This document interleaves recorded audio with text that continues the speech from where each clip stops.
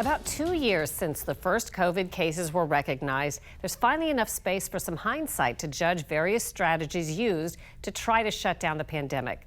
Some states like New York imposed strict mask mandates, travel restrictions, shutdowns, and vaccine passport requirements, while other states largely remained open and drew a lot of criticism for it.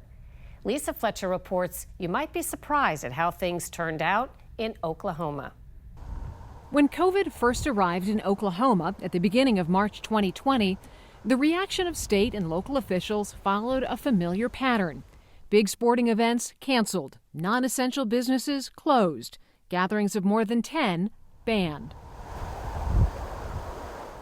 But while cities and states on the east and west coasts entered what would become long lockdowns, Oklahoma's Republican Governor Kevin Stitt decided early on to take a different path.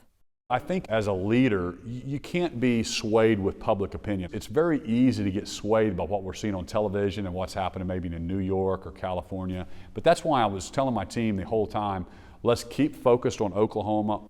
So in April 2020, just weeks after the shutdown began, and with cases spiking around the country, the governor was back to announce the reopening. We're here today to explain how and when we will get Oklahoma back open. You reopened the state of Oklahoma, not without some harsh criticism. We wanted to protect the health and lives of Oklahomans, but part of that is also protecting the health and lives of our businesses. The economy is not a light switch. You can't just flip this on and off. So I thought it was very important to signal that we're not going to pick winners and losers and say this is an essential business and this is not essential business. Everything is an essential business if it's your business and it's something that you've poured your blood, sweat, and tears and your capital into doing it. Stitt was accused of putting profits ahead of people, risking the well-being of Oklahomans to keep businesses open. In March 2020, he posted a photo of himself and his family unmasked in a crowded restaurant. On June 1st, he fully reopened the state's economy and remained undeterred the next month, when he became the first governor to be diagnosed with COVID. And got tested yesterday for COVID-19, and the results came back positive. You've said many times you strove to balance the health of Oklahomans with the Oklahoma economy. But is there a number? I mean, what's the right balance between the number of deaths from the pandemic and the health of the economy? Obviously, one death is too many. And if I could wave a magic wand and make COVID disappear from my state, I would have done it in the very beginning and would have done anything I could. Unfortunately, this is a virus. This is something that I knew was going to kind of run its course. And that's why our data in our state, we'll put it up against anybody. Based on figures from the Oklahoma Department of Health and the CDC, the state spent much of 2020 with a case rate just below the national average, while for last year, 2021, it was slightly above the average. But when it comes to the economy, Oklahoma is in strong position, having kept unemployment lower than the national average through most of 2020 and ending the year with money in the bank. How did you get a budget surplus out of 2020? Because we never shut down. We've been fiscally responsible. I've held the growth of government down. I believe we need more taxpayers, not more taxes in the state of Oklahoma. There are always hidden costs to everything, and as economists start to peel back the layers on 2020, surely they're going to find things we're not thinking about. What do you think some of the hidden costs are to the pandemic that maybe the average person hasn't thought of at this point or has had to encounter?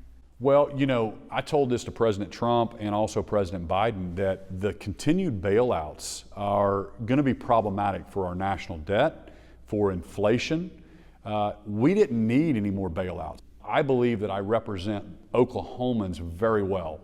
We believe in more freedoms. We believe that they didn't want the government coming in telling them that you had to stay at home during this pandemic. And so as their governor, I agreed with them, and we weren't going to make them do that like we saw in other states. My kids were in school the whole time.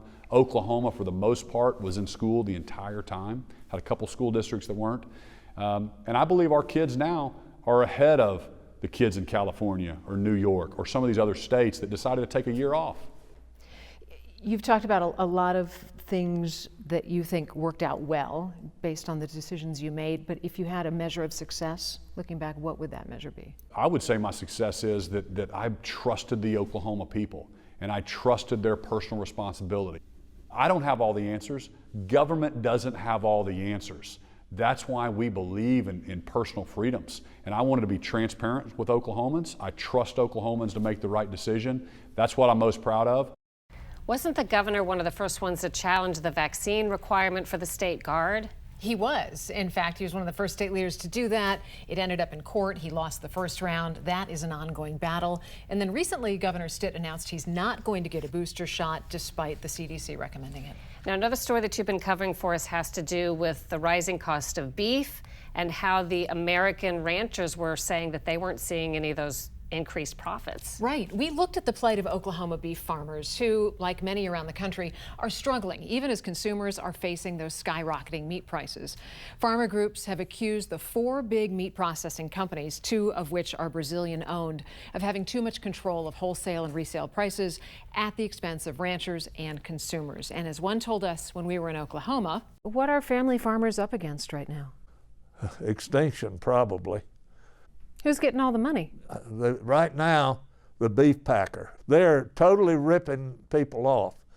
In the last few days, the Biden administration announced $1 billion in funding to independent meat processors and farmers. And one of the things they're promising to do is to strengthen that produced in the USA label. Because one of the things the multinational companies have been doing is raising the cattle and slaughtering it abroad, bringing it to the U.S., simply packaging it here, and then slapping the Made in the USA label on it. Always figuring out an angle. They Always are. a loophole.